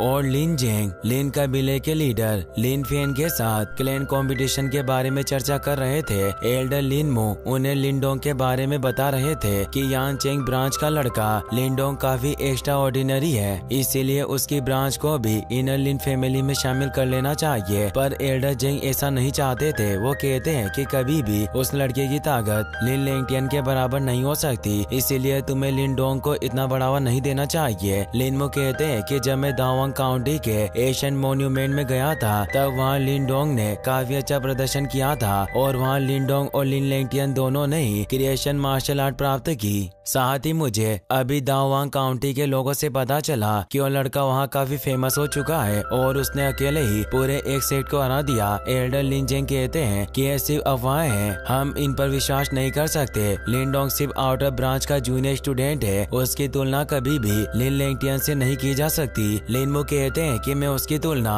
लिन लेंटियन से नहीं कर रहा हूँ, मैं बस यही कहना चाहता हूँ कि उस लड़के का टैलेंट कमाल का है और मैं उसे अपनी इनर फैमिली में शामिल करना चाहता हूँ ताकि हमारी लिन फैमिली आगे बढ़ सके। उस लड़के की पावर के साथ हमारा वंश और भी आगे जा सकता है और हम और भी मजबूत बन सकते हैं। एल्डर लिन जेंग गुस्से में कहते हैं कि तुम अपनी बकवास बंद करो, हमारे लिन फैमिली को कभी भी आउटर ब्रांच के एक लड़के की पावर पर भरोसा करने की कोई जरूरत नहीं है। और वो लीडर से कहता है कि अब आपको ही निर्णय लेना होगा कि हम दोनों में से किसकी बात सही है। लीडर लिन फेन वहीं बैठे बैठे मजे से सो रहे थे और उन्होंने अभी तक उनकी कोई भी बात नहीं सुनी थी। लिन जेंग को इससे बहुत गुस्सा आता है और वो वापस से उन्हें आवाज लगाता है जिससे उनकी आंख खुल जाती है। तभी लिन लेंगटियन भी वहाँ जाता है। लिन फैमिली के मुखिया कहते हैं कि हमारी चर्चा पूरी हो चुकी है और वो लेंगटियन को देखकर उसे अपने पास बुलाते हैं। लेंगटियन उन्हें रेस्पेक्ट देता है और उनके सामने सर झुका लेता है। लिन फेन कहते हैं कि मैंने कई सारे एल्डर से इस बारे में चर्चा की और मैंने डिसाइड किया कि इस बार की इनर फैमिली कंपटीशन के तुम इंचार्ज रहोगे, यानी इस पूरे कंपटीशन को संभालने की जिम्मेदारी तुम्हारी होगी। साथ ही हमारे फैमिली के एल्डर भी तुम्हें इस कंपटीशन को मैनेज करने में मदद करेंगे। लिंग लेंटियन उन्हें थैंक्स कहता है और बोलता है कि मुझे खुशी हुई कि आप सभी ने मुझ पर भरोसा किया। मैं अपनी पूरी कोशिश करूंगा कि इस कंपटीशन में कोई गड़बड़ी ना हो। लीडर लिन फेंग सभी से कहते हैं कि सभी अपनी पूरी ताकत के साथ इस कंपटीशन की तैयारी करो और आज की यह सभा यही समाप्त होती है। फिर हम रात का सीन देखते हैं। लिन लेंटियन अपने रूम में बैठकर कल्टिवेशन कर रहा होता है। तभी हम देखते हैं कि उसके अंदर एक इविल स्पिरिट मौजूद थी जिसने ही इतने सालों से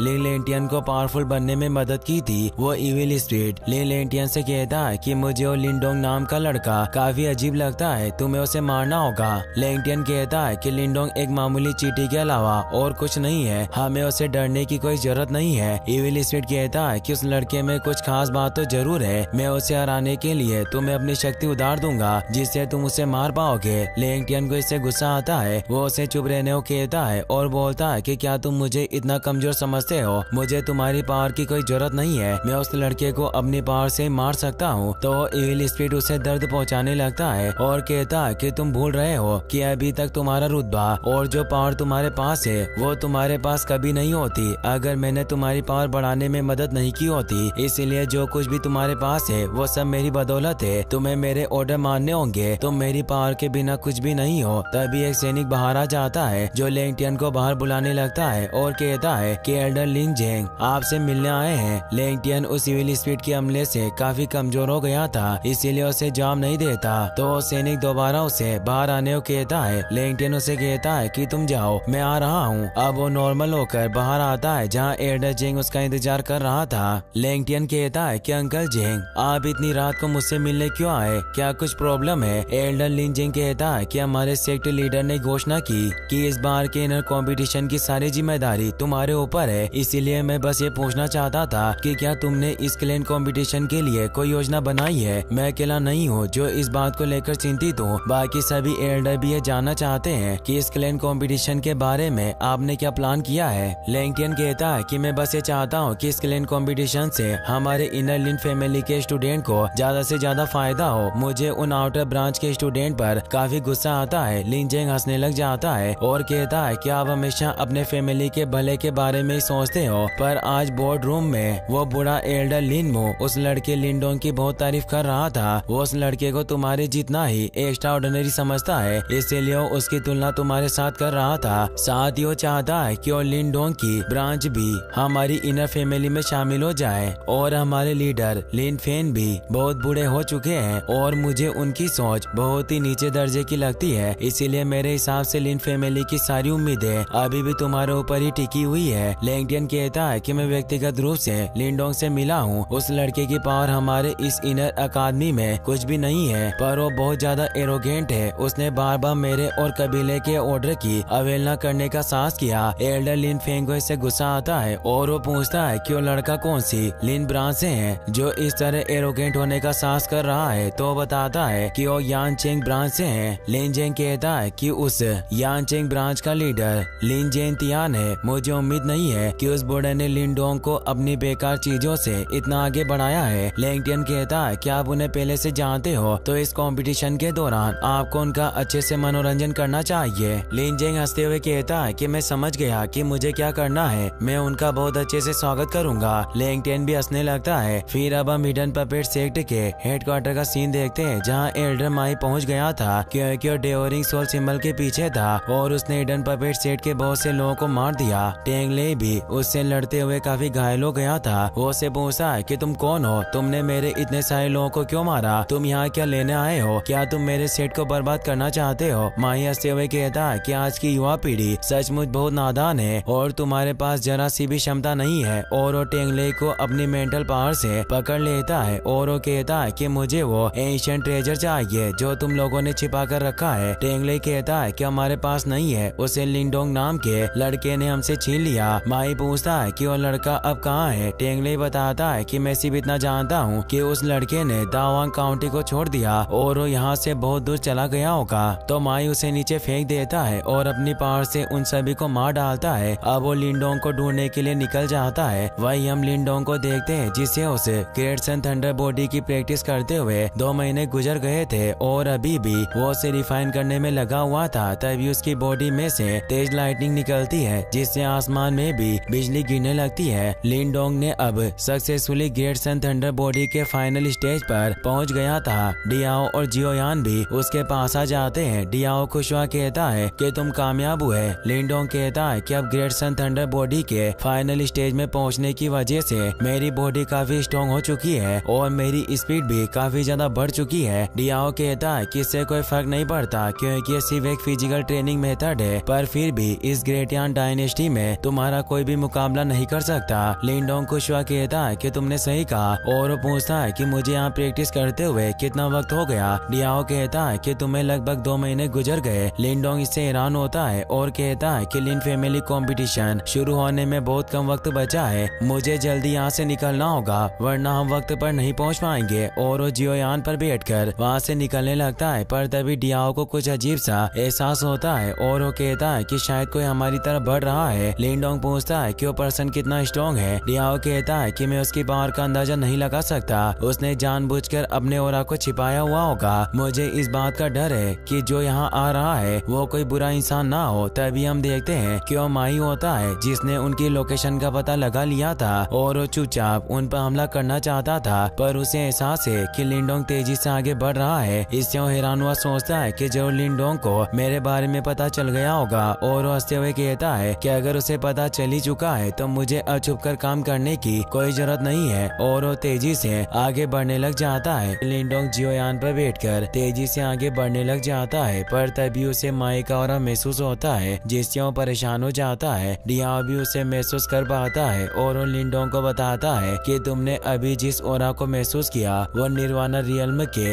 एक आदमी का ऑरा था, वो हमारी तरफ बढ़ रहा है। उसने अपनी निर्वाणा रियल्म की फुल स्पीड को एक्टिवेट कर लिया। लिंडोंग कहता है कि क्या हम उससे बच सकते हैं। डियाओ बताता है कि वो फुल स्पीड से आगे बढ़ रहा है और जियोयान की स्पीड इतनी ज्यादा नहीं है कि निर्वाणा रियल्म के किसी प्रैक्टिशनर का मुकाबला कर सके। लिंडोंग कहता है कि हमारा जो पीछा कर रहा है उसके इरादे मुझे ठीक नहीं लग रहे क्योंकि वो पहले अपने ओरा को छिपा रहा था। डियाओ कहता है कि अब तुम क्या करने की सोच रहे हो। वो कहता है कि हम उससे बचकर भाग नहीं सकते, इसीलिए हमें निर्वाणा रियल्म के प्रैक्टिशनर से मुलाकात करनी होगी। और जियोयान को रुकने को कहता है। जियोयान नीचे जंगल में उतर जाता है। माई भी कुछ ही देर में वहाँ आ जाता है। वो लिंडोंग को नीचे देखकर काफी हैरान होता है। लिंडोंग गुस्से में उसे देख रहा था। माई कहता है कि लड़का वाकई काफी दिलचस्प है। अब वो भी नीचे उतर आता है। लिंडोंग विनम्रता से उसे पूछता है कि सीनियर आप मेरा पीछा क्यों कर रहे हो। माई उसे देखकर पता लगा लेता है कि मैनिफेस्टेशन रियल्म के हाफ स्टेज में है, साथ ही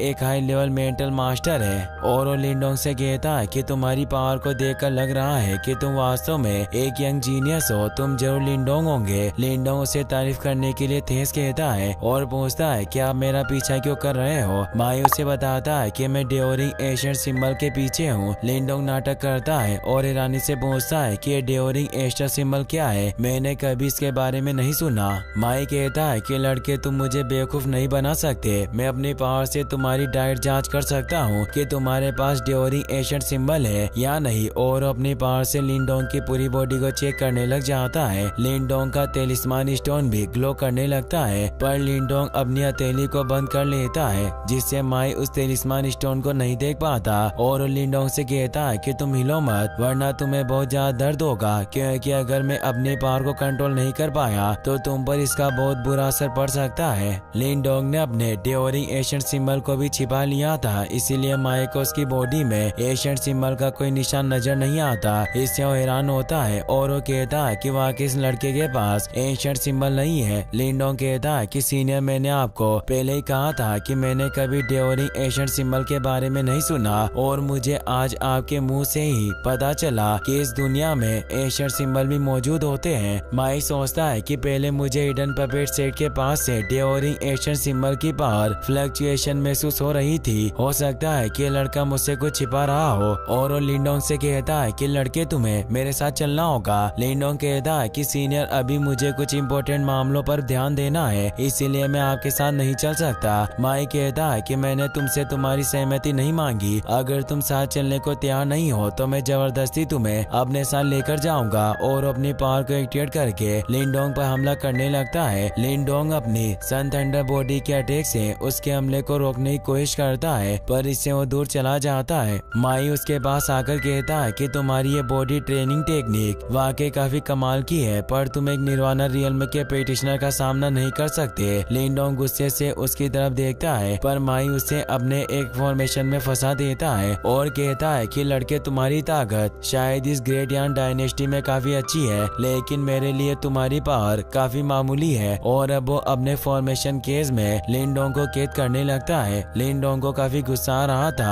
और अब वो उस फॉर्मेशन से बचने के लिए अपनी ब्लड स्पिरिट पपेट को बाहर निकाल लेता है, क्योंकि तेलिस्मान स्टोन ने अब उस पर कंट्रोल हासिल कर लिया था। वो ब्लड स्पिरिट पपेट उस फॉर्मेशन को तोड़ देती है, जिससे एक तेज एनर्जी निकलती है, पर माई एक शील्ड की मदद से बच जाता है। माई को विश्वास नहीं हो रहा था कि इस लड़के ने मेरे फॉर्मेशन को तोड़ दिया। तभी धुएं में से वो ब्लड स्पिरिट पपेट तेजी से उसकी तरफ भागकर आती है और उस पर हमला करने लगती है, पर माई एक फॉर्मेशन बनाकर उसके हमले को रोक लेता है और अब वो उस पपेट से फाइट करने लगता है। वो उस पर हमला करके उसे दूर कर देता है और अब वो लिंडोंग से कहता है कि मुझे उम्मीद नहीं थी कि तुम्हारे पास एक ब्लड स्पिरिट पपेट होगी। ये पपेट काफी खतरनाक होती है, पर तुमने इसे काबू भी कर लिया। लिंडोंग कहता है कि मैं बहुत लकी था जो मुझे पपेट मिल गई और अब आप मेरा कुछ नहीं बिगाड़ सकते। माई हंसते हुए कहता है कि तुम्हें लगता है कि तुम मुझे इस ब्लड स्पिरिट पपेट के साथ हरा सकते हो, पर ऐसा कभी नहीं हो सकता।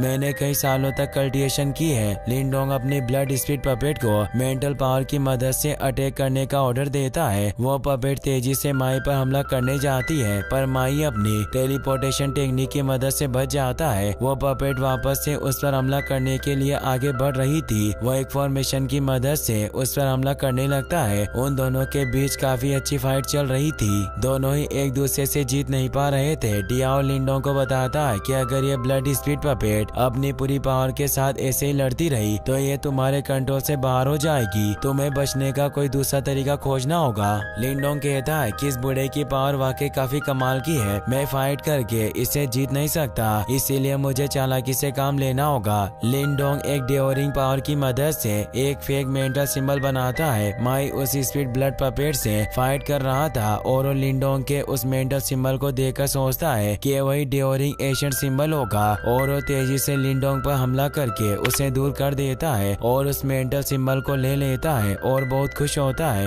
लिंडोंग कहता है कि मेरा तेलिस्मान मुझे वापस कर दो और वो अपनी पावर को एक्टिवेट कर लेता है और उसकी ब्लड स्पिरिट पपेट भी वहाँ जाती है। माई जब उस तेलिस्मान को चेक करता है तो उसे पता चलता है कि ये असली डेओरिंग एशियंट सिंबल नहीं है। लिंडोंग उस पर तेजी से हमला करने आता है और वो अपनी ब्लड स्पिरिट पपेट से भी उस पर हमला करवाता है, पर माई अपनी गोशनी ट्रेस टेक्निक की मदद से बच जाता है और लिंडोंग को शांत रहने को कहता है। लिंडोंग अपने पावर को डीएक्टिवेट कर लेता है। ब्लड स्पिरिट पपेट भी आउट ऑफ कंट्रोल होने लग गई थी, इसलिए लिंडोंग उसे अपने तेलिस्मान स्टोन में वापस रख लेता है। माई लिंडोंग को बताता है कि मुझे गलत एहसास हुआ था और तुम्हारे इस मेंटल सिंबल में डेओरिंग एशियंट सिंबल का कोई निशान नहीं है। लिंडोंग कहता है कि मैंने पहले ही आपको बताया था कि मैंने कभी भी डेओरिंग एशियंट सिंबल के बारे में नहीं सुना, इसीलिए प्लीज आप मुझे मेरा मेंटल सिंबल वापस दे दीजिए। माई कहता है कि मैं तुम्हें इसे नहीं दे सकता क्योंकि इसमें थोड़ी सी डेओरिंग पावर है और हो सकता है कि मैं इस मेंटल सिंबल की मदद से असली डेओरिंग एशियंट सिंबल तक पहुंच जाऊं, इसीलिए मैं इसे अपने पास रखना चाहता हूं ताकि मैं इसकी स्टडी कर सकूं। लिंडोंग इससे परेशान होता है। माई कहता है कि मैं तुमसे इसे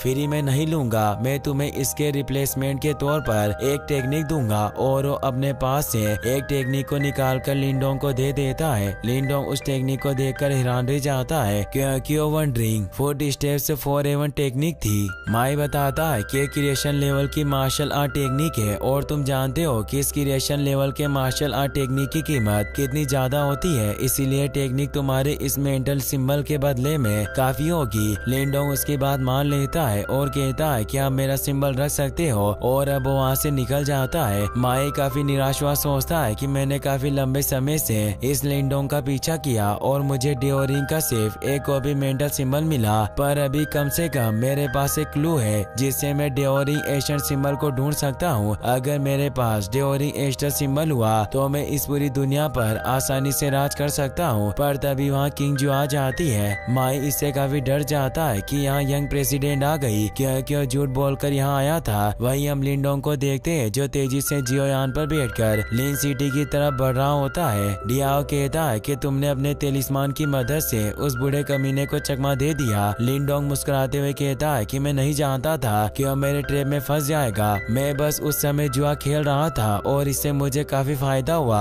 उसने मुझे क्रिएशन लेवल की एक मार्शल आर्ट टेक्निक भी दे दी। डियाओ कहता है कि मुझे बूढ़ा आदमी ठीक नहीं लग रहा था, इसीलिए तुम्हारे लिए बेहतर होगा कि तुम इस टेक्निक को खोलकर एक बार चेक कर लो। लिंडोंग उसे चेक करता है और उसे पता चलता है कि उस टेक्निक का बेस कंप्लीट नहीं है और वो कहता है कि वाकई वो बूढ़ा आदमी काफी कमीना था, उसने मुझे एक अधूरी टेक्निक दी। डियाओ कहता है कि मैं तो ये पहले से ही जानता था। तभी उन्हें तेज एनर्जी दिखाई देती है क्योंकि किंग जू माई के साथ फाइट करने लग गई थी। डियाओ बताता है कि कोई इस बूढ़े कमीने से लड़ रहा है। लिंडोंग हैरान हुआ कहता है कि मैंने आज तक किसी ऐसे प्रैक्टिशनर को नहीं देखा जो निर्वाणा रियल्म के लोगों से लड़ सकता हो, इसीलिए मुझे भी चलकर ये सब देखना होगा। और वो भी वहाँ किंग जू और माई की फाइट देखने आ जाता है, पर वो छिपा हुआ था। वो देखता है कि माई बुरी तरह से हार रहा है, पर वो हैरान हुआ सोचता है कि इसका अपोनेंट कौन होगा जो इतना पावरफुल है। और वो ये देखकर हैरान रह जाता है कि वो किंग जू है जिससे वो प्यार करता है और वो उससे एशियन टॉम में मिला था। किंग जू माई से कहती है कि तुम्हारी हिम्मत कैसे हुई हमारे मास्टर के ऑर्डर के खिलाफ जाने की, तुम्हें फॉर्मेशन की रखवाली करने का काम दिया गया था, पर फिर भी तुमने ऑर्डर को ना मानकर अपनी मर्जी से काम किया। तुम्हें मेरे साथ चलना होगा और मास्टर के दंड को स्वीकार करना होगा। माई हंसने लग जाता है और कहता है कि तुम काफी एक्स्ट्रा ऑर्डिनरी स्टूडेंट हो और वाकई मेरा तुमसे कोई मुकाबला नहीं है। मास्टर भी तुम्हें मुझसे ज्यादा महत्व देते हैं, इसीलिए वो तुम्हें आसानी से ट्रेजर को हासिल करने देते हैं। यहाँ तक कि तुमने निर्वाणा हार्ट को भी हासिल कर लिया था और मैंने सिर्फ डिओरिंग एशियन सिंबल को ढूंढने की कोशिश की है, इसीलिए मैंने कुछ गलत नहीं किया। और अब वो अपनी blood returns to origin technique को एक्टिवेट करता है जिससे उसकी पावर काफी बढ़ जाती है। लिंडोंग ये देखकर हैरान होता है और कहता है कि सोल्ड मैन की पावर वापस कैसे बढ़ गई। डियाओ बताता है कि अपने ब्लड एसेंस को जला रहा है जिससे इसकी पावर बढ़ रही है, पर ये इसकी बॉडी के लिए काफी हार्मफुल टेक्निक है। ये अपनी इस टेक्निक के साथ लड़ाई में अपनी स्थिति को बदल सकता है। किंजू कहती है कि माई तुम बहुत जिद्दी हो और अब तुम मुझे क्रूएल होने का दोष नहीं दे सकते, मैंने पहले ही तुम्हें समझाने की कोशिश की थी। माई अब अपने डीमन असेसिन बॉडी को एक्टिवेट कर लेता है और उससे किंगजू पर हमला करता है। किंगजू अपने कई सारे क्लोन बॉडी बना लेती है और उससे माई पर अटैक करने लगती है जिससे वो उसे बहुत घायल कर देती है। किंगजू की पावर देखकर लिंडोंग हैरान रह जाता है और सोचता है कि इसकी पावर काफी बढ़ चुकी है। माई पीछे से किंगजू पर हमला करने की कोशिश करता है, पर किंगजू अपने लोटस में उसे पकड़ लेती है और उसे मारने लग जाती है। यह देखकर माई उससे माफी मांगता है और कहता है कि मुझ पर दया दिखाओ, पर किंगजू उसे मार डालती है। लिंडोंग ये देखकर हैरान रह गया था और वो कहता है कि इसने निर्वाणा रियल्म के पेटिशनर को आसानी से मार डाला। किंगजू को एहसास होता है कि वहाँ कोई छिपा हुआ है, इसीलिए वो पूछती है कि यहाँ पर कौन है। लिंडोंग उसके सामने नहीं आना चाहता था, इसीलिए उसे लड़की की आवाज में कहता है कि मैं सिर्फ यहाँ कल्टिवेशन कर रही थी, मैंने कुछ आवाज सुनी इसीलिए मैं यहाँ देखने आ गई। किंगजू कहती है कि मैं बस अपने सेट के कुछ मामलों को निपटा रही थी और मैं तुम्हें परेशान करने के लिए माफी चाहती हूँ। अब मेरा काम खत्म हो चुका है, इसीलिए मैं तुम्हें परेशान नहीं करूंगी। और वहाँ से चली जाती है। लिंडोंग उसे जाते हुए देखने लगता है। डियाओ लिंडोंग से कहता है कि तुम हर समय किंगजू के बारे में सोचते रहते हो, आज जब वो तुम्हारे सामने आई तो तुम उससे क्यों छिप गए।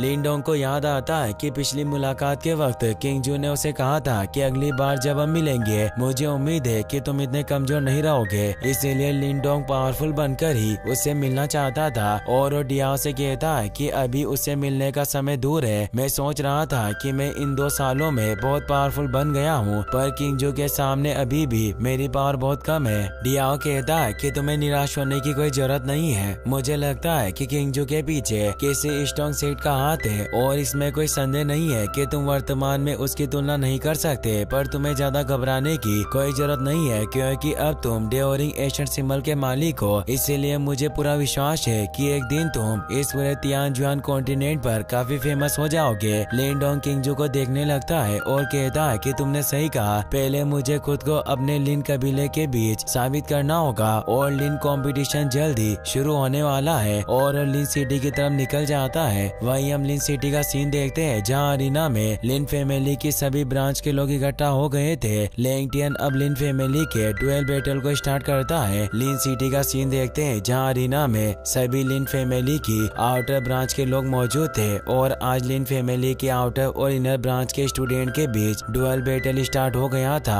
अरीना में कई सारे ग्राउंड थे जिसमें अलग अलग ब्रांच के स्टूडेंट इनर फैमिली के स्टूडेंट से लड़ रहे थे। एक ग्राउंड में लिन होंग भी इनर ब्रांच के एक स्टूडेंट लिन फेंग से फाइट कर रहा था, पर लिन होंग उससे बुरी तरह से हार रहा था क्योंकि लैंगटियन ने जानबूझकर यांचेन ब्रांच के लिए डिफिकल्टी लेवल को बढ़ा दिया था। इसीलिए उनके खिलाफ लड़ने के लिए स्टूडेंट को नहीं बल्कि मास्टर को भेजा था, जिस वजह से लिन होंग जीत नहीं पा रहा था। लिन फेंग उसका मजाक उड़ाते हुए कहता है कि तुम सिर्फ एक कचरे के टुकड़े के अलावा और कुछ नहीं हो, तुम बिल्कुल भी हमारे कबीले की प्रतियोगिता में भाग लेने के योग्य नहीं थे। लिन होंग को उस पर गुस्सा आ जाता है और वो फुल स्पीड में उस पर हमला करने लगता है, पर लिन फेंग आसानी से उसके हमले से बच जाता है और उस पर एक जोरदार वार करता है और उसे बहुत ही बुरी तरीके से मारने लगता है। वो लिन होंग के घायल होने के बावजूद भी उस पर अटैक करता है, जिससे लिन होंग बहुत ही बुरी तरीके से इंजर्ड हो जाता है और वो बिल्कुल भी हिल नहीं पा रहा था, जिससे वो हार जाता है। रेफरी अनाउंस करता है कि बैटल लिन फेंग जीत चुका है और वो जल्दी से लिन होंग को ग्राउंड से हटाने के लिए कहता है। लिन फेंग कहता है कि जल्दी से इस ब्रांच के कचरे को यहाँ से हटा लो, मुझे नहीं लगता कि आज ये हमारे इनर स्टूडेंट से जीत पाएंगे। लिन जियो को काफी गुस्सा आ रहा था। वो कहते हैं कि हम एक ही फैमिली के लोग हैं, फिर भी ये इनर फैमिली के लोग हमारी ब्रांच फैमिली के प्रति इतने क्रूर कैसे हो सकते हैं, और वो अपने कुछ सर्वेंट को कहकर लिन होंग को जल्दी से ग्राउंड में वापस लाने को कहते हैं। तभी वो देखते हैं कि इनर फैमिली के स्टूडेंट लिन मांग ने लिन जिया को भी हरा दिया था और उसे भी बहुत ही बुरी तरीके से घायल किया था। लिन जिया लिन होंग की ही कजन सिस्टर थी। लिन जियो को ये देखकर काफी गुस्सा आता है और वो कहते हैं कि हमारे इनर और आउटर ब्रांच के बीच सिर्फ एक कंपटीशन है, फिर भी इनर फैमिली के स्टूडेंट इतने क्रूर क्यों हैं जो हमारी ब्रांच के स्टूडेंट को इतनी बेरहमी से मार रहे हैं। पर रेफरी उनकी बातें नहीं सुनता और अगला कंपटीशन स्टार्ट करने को कहता है। लिन जियो को काफी गुस्सा आ रहा था, पर लिन जेनतियान उसे शांत करते हैं और कहते हैं कि तुम्हारा गुस्सा करने से कुछ नहीं होगा क्योंकि पहले ही हमारी यांचेन ब्रांच को निशाना बनाना चाहते हैं, क्योंकि दूसरी ब्रांच के स्टूडेंट के साथ जो स्टूडेंट फाइट कर रहे हैं उनकी पावर बराबर लेवल पर है और वो लिन जिया और लिन होंग से काफी कमजोर थे, जिस वजह से उन ब्रांच के स्टूडेंट जीत रहे थे। लिन जियो ये देखकर हैरान हुए कहते हैं कि हमारी ब्रांच के स्टूडेंट को ही क्यों शिकार बना रहे हैं। लिन जेनतियान कहते हैं कि जो लिन होंग और लिन जिया के खिलाफ लड़े वो इनर फैमिली के स्टूडेंट नहीं बल्कि मास्टर थे और ये कोई संयोग नहीं हो सकता। अवश्य कोई हमारे लिए मुसीबत खड़ी करना चाहता है, इसीलिए उसने हमें हराने की पहले प्लानिंग कर रखी थी। वही हम अरीना के टॉप पर बैठे एल्डर और लिन लैंगटियन को देखते हैं। एल्डर लिन जेंग कहता है कि इस यांचेंग ब्रांच के स्टूडेंट वाकई काफी कमजोर हैं और वो लिन मु से कहता है कि तुम जिस लड़के लिन डोंग की तारीफ कर रहे थे वो भी इस ब्रांच का स्टूडेंट है, पर वो लिन फैमिली कंपटीशन में हिस्सा लेने नहीं आया, इसीलिए मुझे लगता है कि तुम्हें गलतफहमी हुई थी कि वो लड़का बहुत एक्स्ट्रा ऑर्डिनरी है। ये कहकर हंसने लग जाता है। लैंगटियन भी मुस्कुराने लगता है। लिन मु भी कुछ नहीं कहते क्योंकि लिन डोंग अभी तक यहाँ नहीं आया था, पर तभी एक रेफरी बताता है कि यांचेंग ब्रांच की किंग टेन लिन चेन के खिलाफ जीत चुकी है। इससे एल्डर लिन जेंग काफी हैरान होते हैं क्योंकि किंग टेन ने एक सीनियर स्टूडेंट को भी हरा दिया था। यह देखकर इनर लिन फैमिली के स्टूडेंट बातें करते हैं कि छोटी सी लड़की ने हमारे सीनियर स्टूडेंट को हरा दिया, पर यह लड़की अब बहुत बड़े खतरे में पड़ने वाली है। दूसरे स्टूडेंट कहते हैं कि हमने कभी उम्मीद नहीं की थी कि इस यांचेंग ब्रांच की एक लड़की के पास इतनी ज्यादा ताकत हो सकती है। ये लड़की काफी यंग और ब्यूटीफुल लगती है, पर लड़ने में भी ये काफी कमाल की है। उसकी जीत से लिन जियो और लिन लिन जेन तियान खुश होते हैं, पर लिन जेन काफी गुस्सा हो रहा था। वो लिन फेंग से इशारों में कहता है कि तुम्हें इस लड़की को अच्छा सबक सिखाना होगा। लिन फेंग उनकी बात मानकर ग्राउंड में किंग टेन के पास चला जाता है। किंग टेन का मैच खत्म हो गया था, इसीलिए वहाँ से जा रही थी, पर लिन फेंग उसे कहता है कि तुम काफी एक्स्ट्रा ऑर्डिनरी हो, इसीलिए तुम्हारी ब्रांच को बाकी ब्रांच से अलग कर दिया गया है और तुम्हारे लिए डिफिकल्टी लेवल को बढ़ा दिया गया है, जिसकी वजह से मैं तुम्हें चैलेंज देना चाहता हूँ। सभी से काफी हैरान हो जाते हैं। लिन जियो और लिन जेन तियान गुस्से में कहते हैं कि वास्तव में हमारी फैमिली को निशाना बना रहे हैं। रेफरी भी किंग टेन से कहती है कि चाहे तो तुम लड़ सकती हो या फिर अपनी ब्रांच के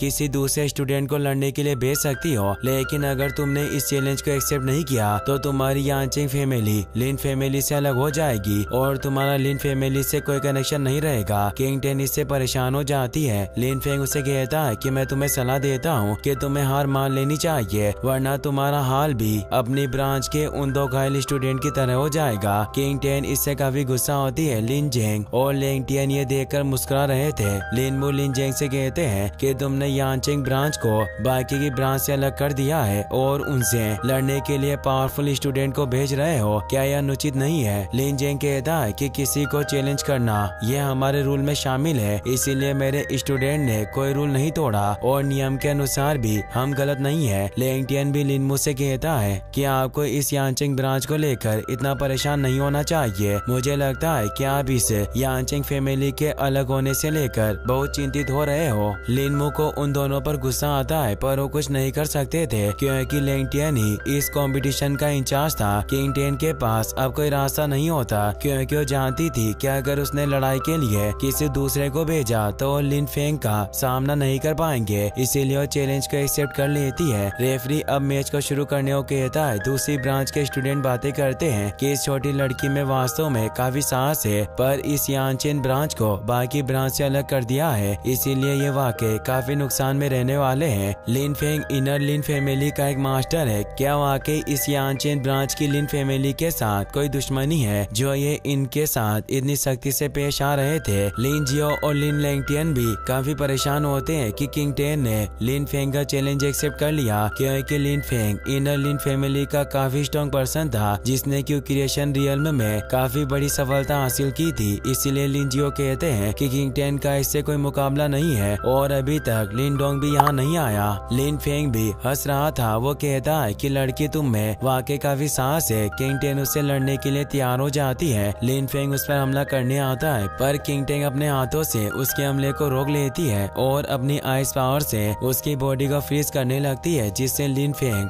दूर हो जाता है। लिन फेंग अब किंग टेन पर हमला करने लगता है, पर किंग टेन आइस शील्ड बनाकर उसके हमले को रोक रही थी और अब वो उसके हमलों से बचकर भागने लगती है और आइस स्पाइक से उस पर हमला करके उसे एक जोरदार पंच मारती है, जिससे वो नीचे गिर जाता है। किंग टेन उसे बताती है कि मैंने तुम्हारी युआन डेन कल्टिवेशन सीट को सील कर दिया है, इसीलिए तुम अब नहीं लड़ सकते। लिन फेंग को उस पर काफी गुस्सा आता है। किंग टेन की स्किल देखकर बाकी ब्रांच के स्टूडेंट काफी हैरान थे। वो कहते हैं कि ये छोटी लड़की वाकई काफी एक्स्ट्रा ऑर्डिनरी है, इसने लिन फेंग को भी हरा दिया। लिन जेंग भी इससे काफी हैरान होता है। लिन मो कहते हैं कि मुझे उम्मीद नहीं थी कि लिन डोंग के अलावा भी उसके परिवार में ऐसे एक्स्ट्रा ऑर्डिनरी इंसान होंगे। लिन जियो और लिन जेन तियान भी किंग टेन की काबिलियत देखकर काफी खुश थे, पर लिन जेन तियान कहते हैं कि किंग टेन को युआन डेन सीट को सील करना किसने सिखाया होगा। लिन जियो कहते हैं कि ये स्किल तो मैं भी नहीं जानता। लिन फेंग वापस से खड़ा हो जाता है और कहता है कि तुम यांचिन ब्रांच की एक बहादुर लड़की हो, मैं इस कंपटीशन में तुम जैसे कचरे से कभी नहीं हार सकता।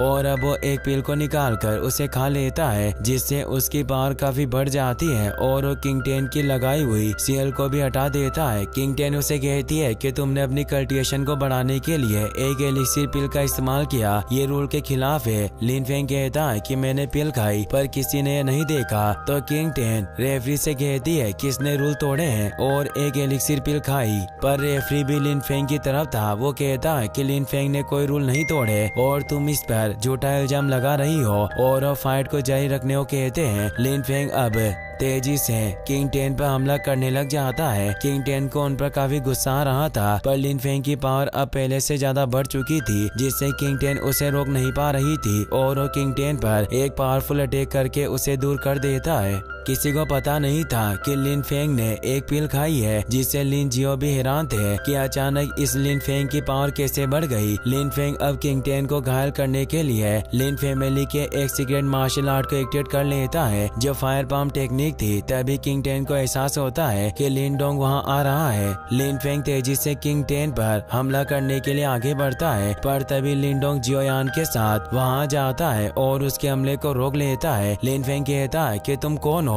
जो तुमने मेरे हमले को रोकने का साहस किया। किंग टेन अपने भाई को देखकर बहुत खुश होती है। लिन डोंग से पूछता है कि क्या तुम ठीक हो, तो हमें जवाब देती है। लिन फेंग गुस्से में लिन डोंग से कहता है कि तुम मुझे नजरअंदाज कर रहे हो और वो फायर पाम से उस पर हमला करने आता है, पर लिन डोंग तेजी से उस पर हमला करके उसे दूर फेंक देता है। इसी के साथ ये एपिसोड यहीं पर खत्म हो जाता है।